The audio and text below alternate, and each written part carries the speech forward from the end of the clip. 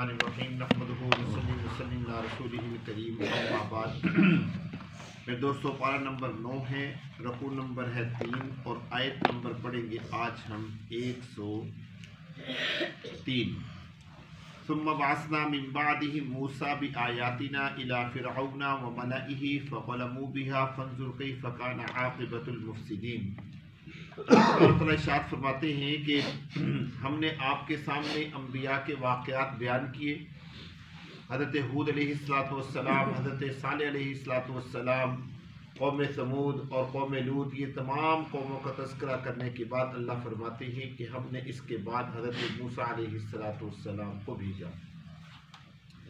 موسیٰ علیہ السلام کا قصہ اللہ رب العزت یہاں سے شروع فرما رہی ہیں، اور یہ بڑا طویل قصہ ہے۔ اللہ رب العزت نے تقریباً قرآن پاک کے ہر پارے میں حضرت موسیٰ علیہ السلام کا کسی نہ کسی زاویے سے، کسی نہ کسی طریقے سے تذکرہ کیا ہے۔ اور موسیٰ علیہ السلام کا تذکرہ کرنے کا مقصد کیا ہے، یہ بھی میں آپ کو وضاحت کر دوں۔ بہت سارے حضرات یہ سوال کرتے ہیں کہ حضرت موسیٰ علیہ السلام کا واقعہ بڑی تفصیل کے ساتھ ہے، اللہ رب العزت نے قرآن پاک میں بار بار ذکر کیا، اس کی وجہ کیا ہے؟ مزے کی بات یہ ہے کہ اتنا تذکرہ اللہ رب العزت نے نبی محترم صلی اللہ علیہ وسلم کا نہیں فرمایا جتنا تذکرہ اللہ نے کس کا کیا ہے؟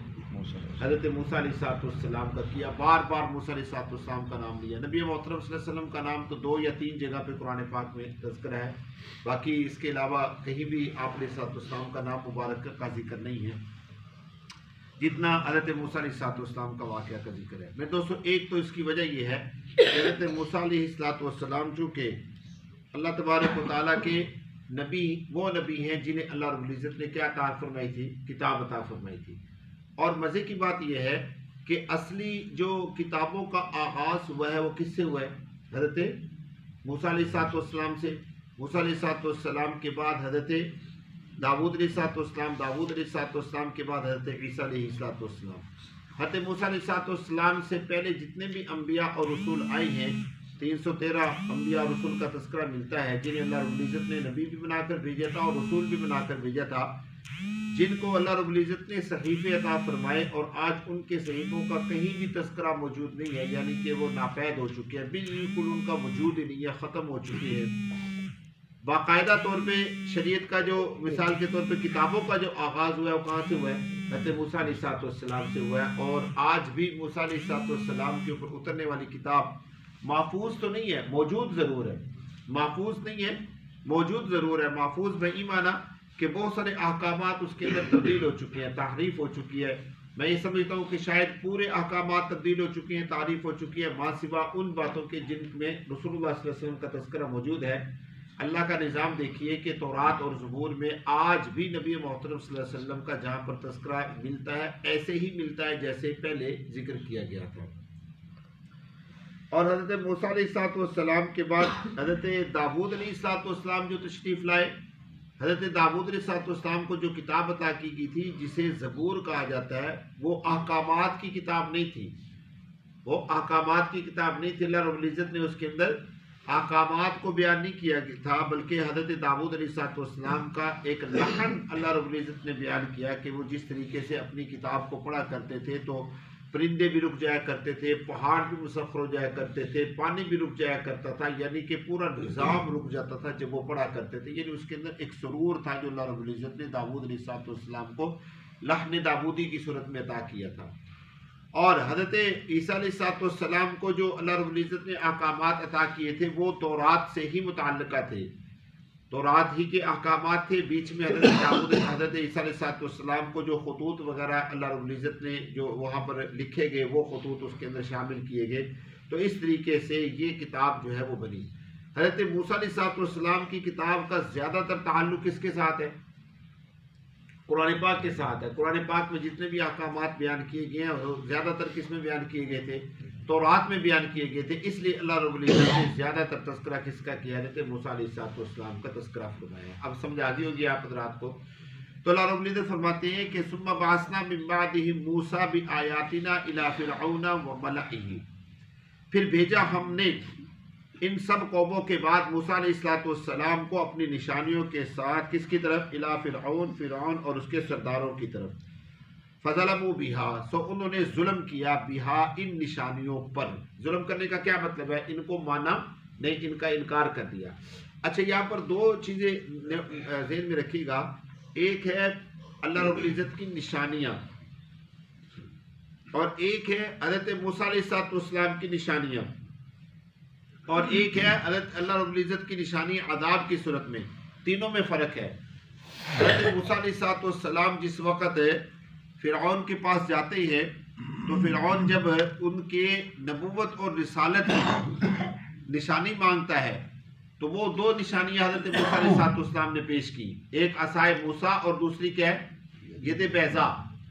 پھر حضرت موسیٰ علیہ السلام ان کے محل میں رہے باقاعدہ طور پہ، اور جب ان کو دعوت اور تبلیغ دی اور انہوں نے نہیں مانا تو اللہ رب العزت نے انہیں اور نشانیاں عطا کی، جس کا تذکرہ اللہ رب العزت نے اسی پارے کے اندر کیا ہے، اگلے صفحات کے اندر آئے گا۔ وہ 9 نشانیاں تھی جو اللہ رب العزت نے ان لوگوں کو نازل کی۔ کبھی ان کے کھانے کے اندر جمعے آ جاتی کثرت کے ساتھ، کبھی ان کے کھانوں کے اندر خون آ جاتا، کبھی ان کے اوپر مینڈکوں کی بارش ہوتی، مینڈک برستے۔ تو یہ 9 نشانیاں تھیں اللہ رب العزت کی، تو انہوں نے ان کے ساتھ بھی ظلم کیا۔ اور جب بھی کوئی نشانی آتی تھی تو یہ کہا کرتے تھے کہ اگر یہ عذاب ہم سے ہٹ جائے تو ہم کیا کر لیں گے؟ کلمہ پڑھ لیں گے۔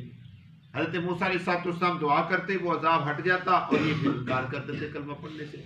پھر اللہ رب العزت نے ان کو بڑی نشانی یعنی عذاب کے اندر مبتلا کیا، اور وہ یہ تھا کہ فرعون کو مع اس کے لشکر کے اللہ تبارک تعالیٰ نے کیا کر دیا؟ غرق کر دیا۔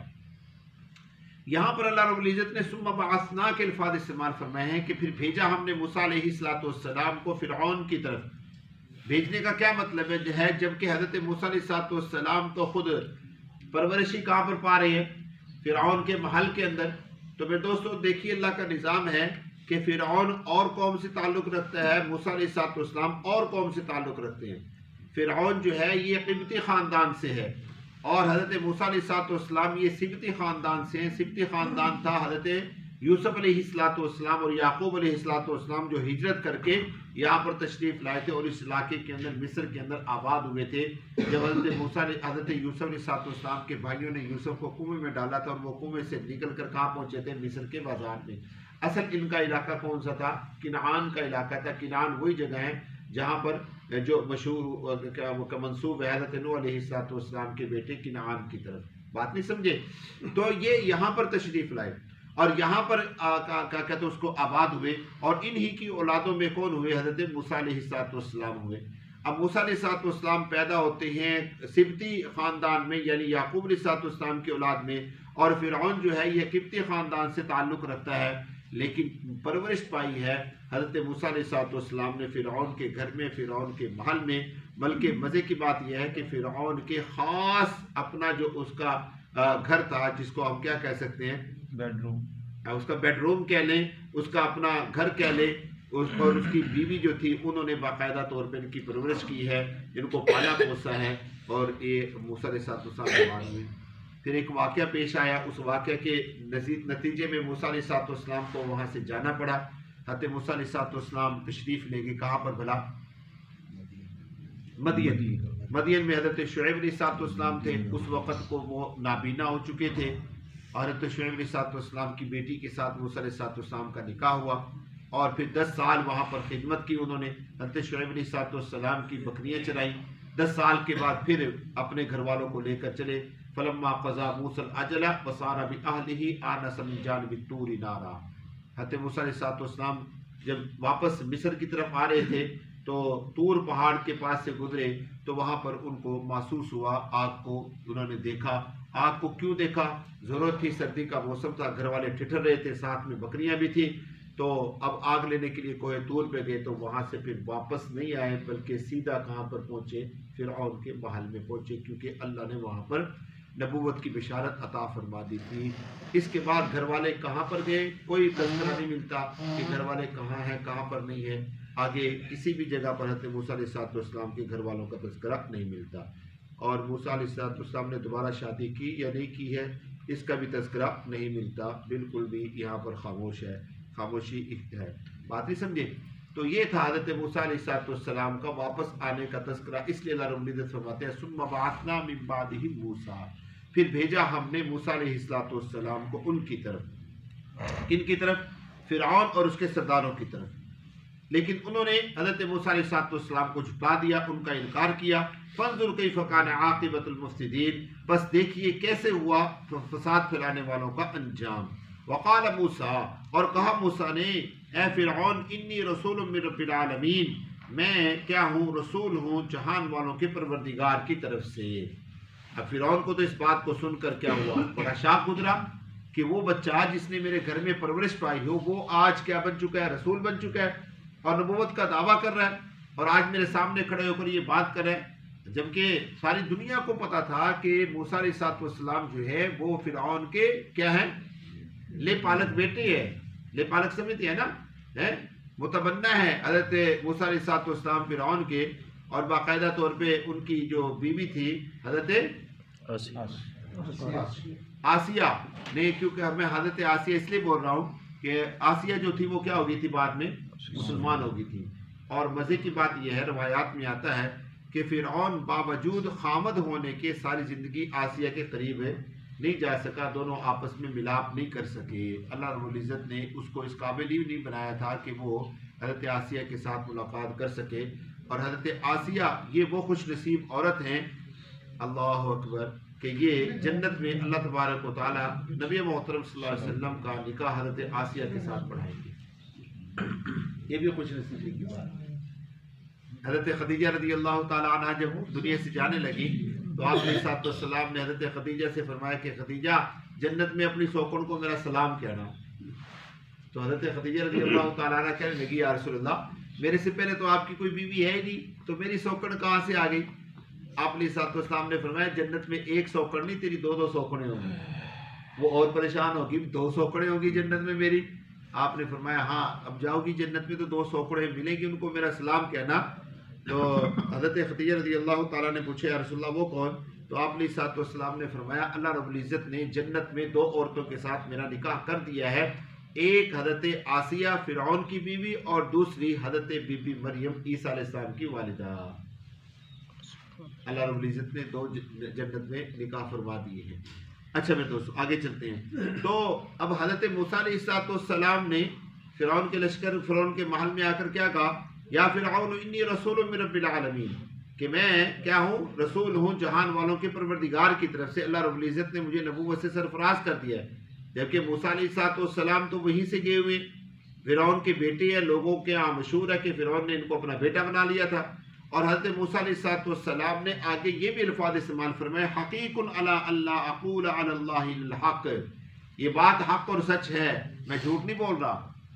اللہ نہیں کہتا لا اقول علی اللہ، نہیں کہتا میں اللہ پر مگر حق بات۔ قد جئتکم، تحقیق آیا ہوں میں تمہارے پاس، ببینۃ من ربکم، تمہارے رب کی طرف سے، ببینۃ واضح دلائل لے کر۔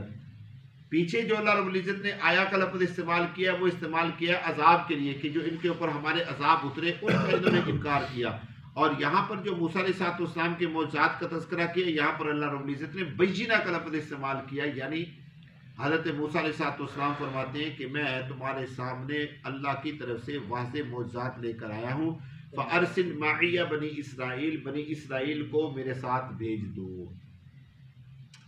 حضرت موسیٰ علیہ السلام نے سب سے پہلے کیا ڈیمانڈ رکھی کہ پہلے تو بنی اسرائیل کو آزاد کرو، کیونکہ بنی اسرائیل کو انہوں نے کیا کر لیا تھا؟ اپنا غلام بنا لیا تھا، اور ان سے صبح دوپہر شام یہ کام لیا کرتے تھے، ان کی بیویاں ان کے گھروں کے اندر کام کیا کرتی تھی اور ان کے مرد ان کے کھیتوں کے اندر کام کیا کرتے تھے۔ تو حضرت موسیٰ علیہ السلام نے سب سے پہلے اپنی قوم کا مطالبہ کیا کہ پہلے میری قوم کو کیا کرو؟ آزاد کرو، کیونکہ موسیٰ علیہ السلام بھی کہاں سے تھے؟ بنی اسرائیل میں سے تھے۔ اس کے بعد پھر جس وقت قوم کا مطالبہ کیا تو فرعون نے آگے سے کیا کہا؟ ان کنت جئت بآیۃ فأت بہا ان کنت من الصادقین، اگر تیرے پاس کوئی نشانی ہے تو پھر لے آ، اگر تیرے پاس کوئی نشانی ہے تو پھر لے آ۔ اس کا مطلب یہ ہوا کہ اس زمانے کے لوگ اس بات کو مانتے تھے کہ ایسا کچھ ہو سکتا ہے۔ حضرت موسیٰ علیہ السلام نے جب کہا نا کہ میرے پاس نشانی ہے تو اس نے کہا لے آ، اس کا مطلب کیا ہوا کہ اس زمانے کے لوگ ایسا کچھ مانتے تھے، یہ ان کا یقین تھا کہ ایسا کچھ ہو سکتا ہے۔ بات نہیں سمجھے؟ اور وجہ اس کی کیا تھی؟ وجہ اس کی یہ تھی کہ اس زمانے کے اندر جادوگروں کا بڑا زور تھا، ہر طرف لوگ جادو کے ذریعے سے کرتب دکھایا کرتے تھے، بہت بے شمار اب آپ یہ دیکھ لیجئے کہ فرعون کے زمانے میں جب موسیٰ علیہ السلام کے ساتھ مقابلہ ہوا تو 1,40,000 چھوٹے جادوگر اور 70,000 بڑے جادوگر وہاں پر آگے، بڑے جادوگر جن کو مہان جادوگر کہا جاتا تھا۔ اور مزے کی بات یہ ہے کہ ان جادوگروں میں ایک جادوگر ایسا بھی تھا جو واقعی مہان تھا، اور اس نے حضرت موسیٰ علیہ السلام کو بھی چکمہ دیا تھا۔ قرآن پاک میں اللہ رب العزت نے اس کا تذکرہ کیا، کیسے بولا؟ قال فما خطبک یا سامری جادوگر جس کا نام مشہور ہے کہ حضرت موسیٰ علیہ السلام جب کوہ طور پہ جاتے ہیں اپنی قوم کو لے کر اللہ کی عبادت کے لیے اور احکامات لینے کے لیے، پیچھے اس نے بچڑے کو بنا دیا اور بچڑے کے اندر سے آواز بھی نکال دی۔ قال بصرت بما لم يبصروا به فقبضت قبضة من اثر الرسول فنبذتها وكذلك سولت لي نفسي۔ 16ویں پارے میں اللہ رب العزت نے اس کا تذکرہ کیا۔ تو فرعون نے حضرت موسیٰ علیہ السلام سے کیا کر دی؟ ڈیمانڈ کر دی کہ اگر تو سچا ہے تو وہ سامنے لے کر آ۔ اب حضرت موسیٰ علیہ السلام نے ان کے سامنے کیا ظاہر کیا، یہ انشاءاللہ کل کی مجلس میں